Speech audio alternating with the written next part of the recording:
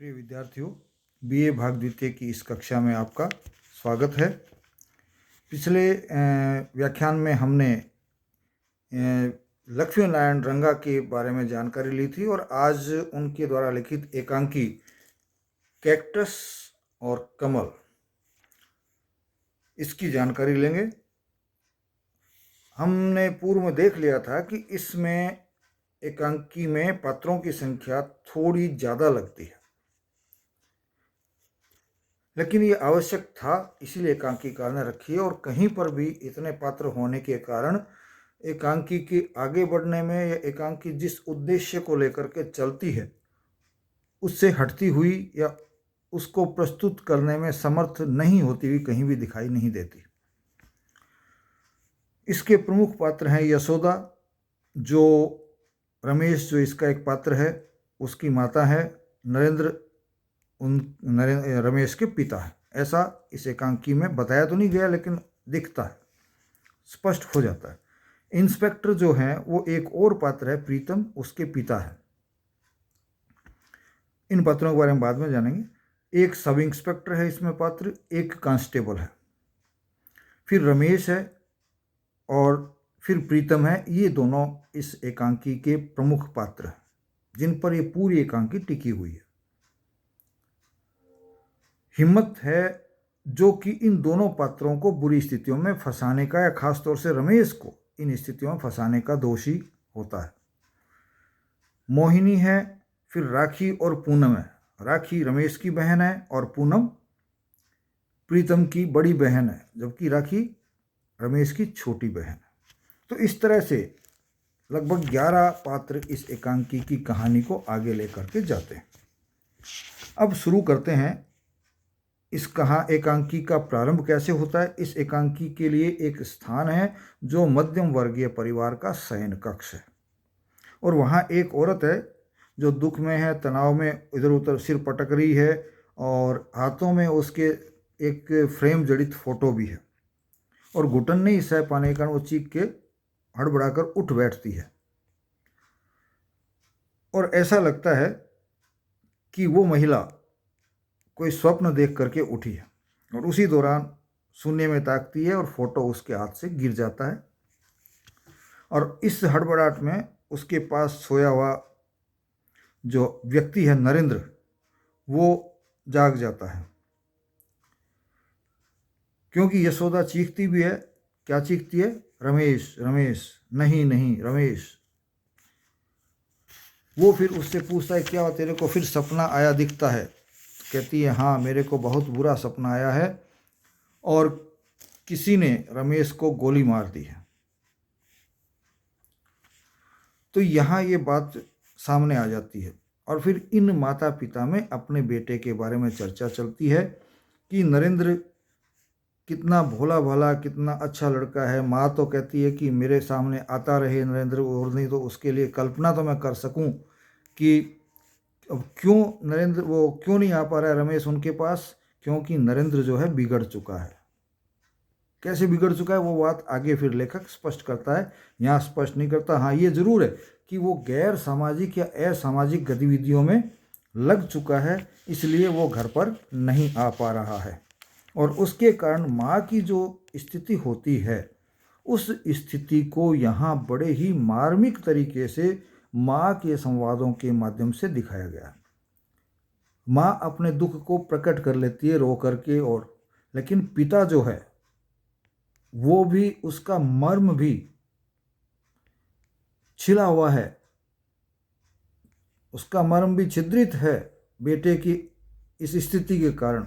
लेकिन पिता की स्थिति हमेशा होती है ये कि वो कुछ बोल नहीं सकता, और अपनी उस भावुकता की स्थिति को छुपाने की कोशिश करता है। लेकिन नरेंद्र की पत्नी यशोदा जो है उस बात को पकड़ लेती है और कहती है, वो जब नरेंद्र कहता है कि नहीं मैं तो नहीं रोया, तब वो चश्मा उतार के कहती है, देखो तुम्हारी आंखों में आंसू आए हुए हैं।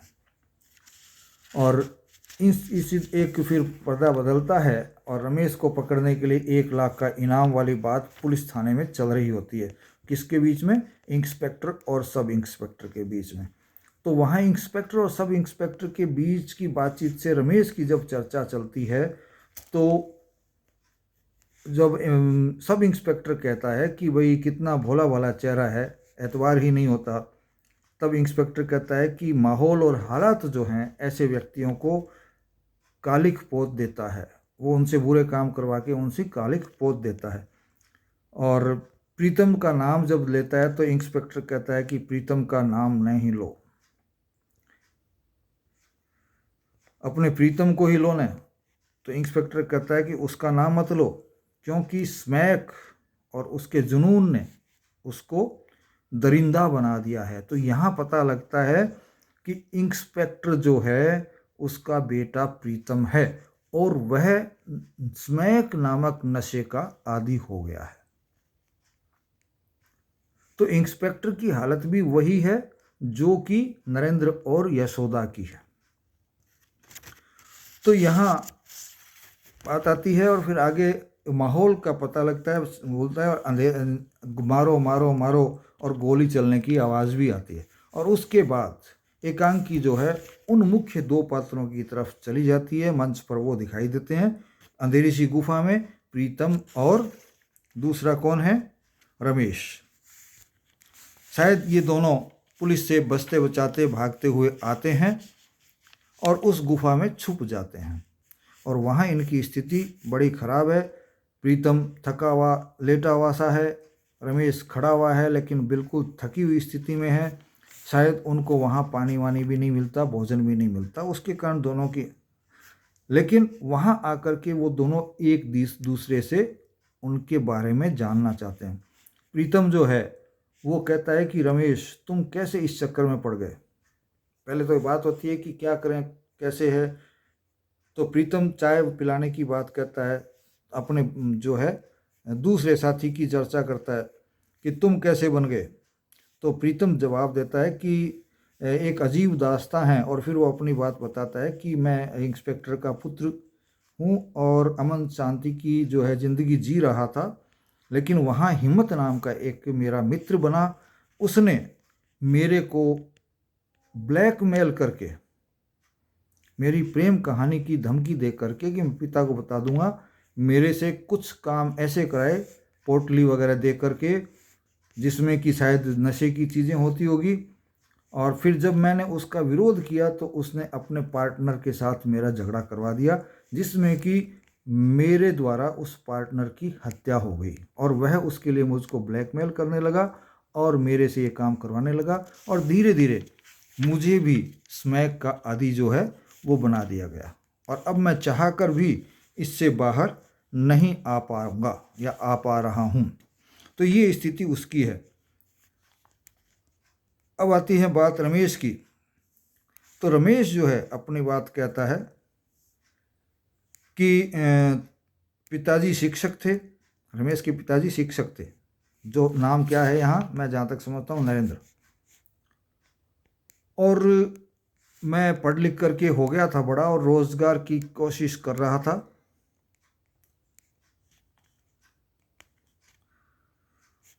प्रीतम जो है, प्रीतम को तो वो चाय वगैरह में और में जो है मित्र जो उसका बना था कौन, हिम्मत, वो ले जा कर के उसको नशीली चीज़ें खिलाने लग गया था और फिर उसका वो आदी हो गया था। जबकि प्रीतम की स्थिति ऐसी थी कि उसके पिताजी गरीब थे, उसको नौकरी मिल नहीं रही थी, उसको अपने रोज़गार की तलाश थी और उस रोज़गार की तलाश में उसने हाथ पांव मारे लेकिन नौकरी नहीं मिली।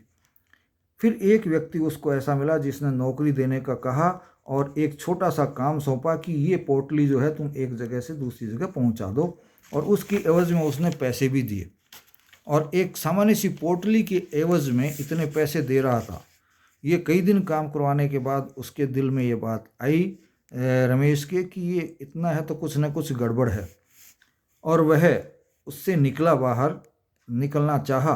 तो मैंने जो प्रीतम के बारे में जो बताई थी वो घटना रमेश पर घटित होती है। प्रीतम के लिए तो हम कह सकते हैं कि उसका मित्र हिम्मत था, उसने उसको नशे का आदी बना दिया प्रेम कहानी की जो है धमकी देते हुए। लेकिन रमेश की स्थिति जो मैंने बाद में बताई वो है, और वहाँ आकर के वो उसने बताया कि मैं पोटली देता था, लेकिन उसने मित्र से लड़वा दिया और उसके कारण उस लड़ाई झगड़े में मित्र की मौत हो गई, और आज मैं उस ब्लैकमेल के कारण उस आदमी की कठपुतली बना घूमता हूँ। तो यहाँ एक बड़ा जब वो काली डोरी से कठपुतली जैसे नाचती है उस तरह से मैं नाचता हूँ। और दोनों एक दूसरे की बात सुनकर के बड़े दुखी होते हैं और फिर वापस अपनी उस स्थिति पे आते हैं कि क्या किया जाए, कि 3 दिन से हम इस अंधी गुफा में जानवरों की तरह पड़े हैं। अपनी स्थिति पर चर्चा करते हैं, फिर ये कहते हैं कि प्यास तो हमने जरने से बुझा ली, लेकिन पेट की भूख कैसे बुझाएं, कैसे मिटाएं। तो एक साथी उनमें से कहता है, रमेश प्रीतम में से, कि भाई प्यास भी कितने दिन तक बुझाएंगे, झरने तक जाना भी खतरे से खाली नहीं है, क्योंकि पुलिस ने हमको चारों तरफ से घेर रखा है। तो यहाँ आप देखिए कि नशे का काम करने वाले लोगों के लिए या जो असामाजिक कार्य करते हैं उनके लिए उनकी ज़िंदगी दूर से भले ही हमको कितनी ही ग्लैमरस लगे, चकाचौंध भरी लगे, लेकिन असल में उनकी ज़िंदगी बड़ी कष्ट भरी होती है।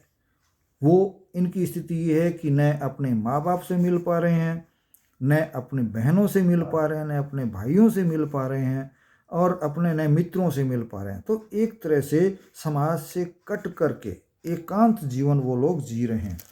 और जब कहते हैं कि भाई अब तो पुलिस का सामना ही करना पड़ेगा, तो प्रीतम जो है वो मौत का भय से पीड़ित हुआ व्यक्ति दिखता है कि मैं मरना नहीं चाहता, कि अंतिम स्थिति आती है कि भाई पुलिस से भिड़ने के अलावा, मरने मारने के अलावा हमारे पास कोई इलाज नहीं है। लेकिन उसी वक्त पर्दा हटता है या अंधेरा होकर के वापस जब रोशनी होती है तो दृश्य बदल जाता है, और वहाँ एक रोती हुई महिला दिखाई देती है। और वो मोहिनी कौन है? माँ, प्रीतम की माँ। और वो कि मेरी ज़िंदगी ले ले, प्रीतम को तंदुरुस्त रखे कर दे। और इंस्पेक्टर जो है वो उसको कहता है कि एतवार करो, सब कुछ ठीक हो जाएगा। और फिर उनमें वही बात चलती है कि ईश्वर ने हमें ऐसा क्यों किया। इंस्पेक्टर कहता है कि मैंने कभी किसी का बुरा नहीं किया, तो हमारे साथ भी बुरा नहीं होगा। तो यहाँ आकर के फिर रमेश और प्रीतम पर वापस आता है, और वहाँ आकर के प्रीतम जो है वो सोचता है कि मेरे माँ बाप की क्या हालत हुई होगी। इसी तरह रमेश कहता है कि मेरी छोटी बहन राखी का पता नहीं क्या हुआ होगा, वह हर राखी के त्यौहार पर मेरे को राखी बांधती थी, और आज भी रक्षाबंधन है और मैं न तो उससे राखी बंधवा पा रहा हूँ और न वो मेरे को राखी बांध पा रही है। और कहता है कि मेरे को मेरी बहन से बहुत प्यार था, और इसका पता है बहन को मेरे से बहुत प्यार था कि एक बार मैं किसी कारण से घर पे नहीं आ पाया था तो उसने रोटी तक नहीं खाई थी, बिना रोटी खाई रह गई थी। तो वो सोच कर कि मेरी बहन रो रही होगी, ये प्रीतम भी कहता है, रमेश भी कह रहे हो। तो इतने में उनको आवाज़ सुनती है महिलाओं की, जिसमें एक आवाज़ आती है पूनम नाम के पात्र की, जिसको पूनम नाम बताया गया है, और वो प्रीतम की बहन है। इसी तरह से राखी की आवाज़ आती है, रमेश भैया। पहले आती है प्रीतम भैया, फिर आती है रमेश भैया। तो वो लोग चौंक पड़ते हैं कि ये आवाज़ कहाँ से आ रही है, और देखते हैं तो उनके माँ बाप और उनकी बहनें वहाँ आई हुई है, लेकिन साथ में पुलिस भी आई हुई है। इंस्पेक्टर थे उनके पिता प्रीतम के, तो उनके साथ पुलिस भी आई हुई है। और फिर वो उनको समझाने की कहते हैं कि तुम्हारे जो भाई और बहन का रिश्ता है उसका निर्वहन करने के लिए बहनें आई है। और चर्चा होती है कि फिर पुलिस क्यों लेकर के आई है, तो और हमसे राखी में हम क्या देंगे जब राखी बांधेगी। तो कहते हैं कि आप ये जो बंदूकें हैं वो अपनी बहनों को रक्षाबंधन का उपहार दे दो। प्रेम तो है ही, प्रेम दे दो और रक्षाबंधन का उपहार दे दो। कौन सी? बंदूकें, ताकि आप के बहनों का तो जो रक्षाबंधन का टीका है वो बना रहे, आपका वो कलाई बनी रहे। क्यों पुलिस से कभी मुठभेड़ होगी तो मारे जाओगे, बहनों के खिलाफ आप जाओगे तो आपको बहनों को मारना पड़ेगा। तो बंदूक यदि दे देते हो तो, लेकिन उनके पहले शक का कीड़ा जो घुसा हुआ था कि आप लोग कोई जाल तो नहीं बुन रहे हैं। लेकिन माँ बाप ने अपनी स्थिति बताई, बहनों की स्थिति बताई, जो बड़े मार्मिक ढंग से लेखक ने यहाँ प्रस्तुत किया है। भाई बहन के प्यार की बातें यहाँ बताई है, माँ बाप की तड़फ को यहाँ बताया है। तो उससे वो दोनों जो है उनका मन बदल जाता है और वो राखी के गिफ्ट में, राखी के उपहार स्वरूप अपनी बहनों की थाली में वो बंदूकें रख देते हैं। और बंदूकें रखने का मतलब होता है कि साथ में जो पुलिस आई है उनके सामने वो अपना समर्पण कर देते हैं। आगे कहानी में बताने की ज़रूरत लेखक ने समझी नहीं, और न है कि उनको क्या हुआ होगा। कानूनी कार्रवाई हुई है, सज़ा मिली है, फिर सज़ा से छूट के भी वो आए होंगे और एक सामान्य जीवन जीने की कल्पना हम लोग कर सकते हैं। और उसके साथ उन पात्रों के माध्यम से वो ये कहलाते हैं कि भाई इस तरह की स्थिति में कभी कोई नहीं फंसे और लोग जो है अच्छा जीवन अपना गुजारता रहे। तो यहाँ इस तरह से इस एकांकी का समापन होता है। तो हम ये बात देखते हैं, जहाँ तक इस एकांकी के उद्देश्य का सवाल है, ये एकांकी एक महत उद्देश्य को लेकर के चलती है। दुखी माँ बाप को दिखाया जाता है, फिर इंस्पेक्टर को दिखाया जाता है। वैसे तो हम मानते हैं कि पुलिस वाले बड़े सख्त होते हैं, लेकिन जब औलाद उसकी बिगड़ जाती है तो वो भी कितना दुखी होता है, वो इंस्पेक्टर के पात्र के रूप में हमारे सामने लाया गया है कि जब माता पिता की संतानें बिगड़ जाती हैं या कोई असामाजिक कार्य करने लग जाती है तो उन पे क्या गुजरती है। ये मर्म को छूती हुई बात यहाँ बताते हैं। और इस ओर भी लेखक ले जाना चाहते हैं इस घटना के माध्यम से कि नशा एक ऐसी चीज है जो शुरू में आपको अच्छा लगता है और फिर धीरे धीरे व्यक्ति को जकड़ता हुआ उसको अंधेरे में ले जाता है। और वो अंधेरा ऐसा होता है कि उससे निकलना बहुत ही मुश्किल होता है। असंभव तो नहीं है, असंभव होता तो यहाँ निकलने की बात लेखक करता ही नहीं, लेकिन कठिन होता है। लेकिन यदि रिश्तेदार और वो स्वयं और हमारा समाज ऐसे लोगों को जो कि अपनी राह से भटक चुके हैं उनके साथ सही व्यवहार करे तो वो लोग उस बुरे रास्ते को छोड़ करके वापस इस समाज में आ सकते हैं और इस समाज के लिए कार्य करने में सफल भी होते हैं। लेकिन उससे पूर्व लेखक ने बताया कि कितनी खराब स्थिति होती है कि उनके पास खाने को रोटी नहीं होती, उनके पास पीने को पानी नहीं होता, गुफा में, वो अंधेरी गुफा में पड़े रहते हैं, कभी कहीं मौत का डर 24 घंटे उन पे छाया रहता है। तो ये तो उनकी स्थिति बताइए। और इधर माँ बाप की स्थिति बताइए, इधर बहनों की स्थिति बताइए कि वो भीतर से, अंदर से कितने दुखी हैं, कितने टूटे हुए हैं। तो इस तरह से समाज के पूरे एक हिस्से की जो स्थितियां हैं उनको स्पष्ट करते हुए लेखक नशे की जो लत होती है उसकी बुराई को बताता है, उसके दुष्प्रभावों को बताता है और उसके बाद समाज द्वारा अपनाया गया सही तरीका दिखा करके उनको वापस उस गलत राह से अपनी तरफ ले आता है, समाज परिवार के साथ जुड़ा देता है। तो यहाँ लेखक ने हमको एक बहुत बड़ा संदेश दिया है कि नशाखोरी बुरी चीज़ है और यदि पड़ भी जाता है तो उसको वापस उस नशाखोरी से मुक्ति मिल सकती है, वो वापस समाज में सामान्य तरीके से रह सकता है। इसी के साथ आज की बात मैं यहीं समाप्त करता हूँ। जय हिंद, जय भारत।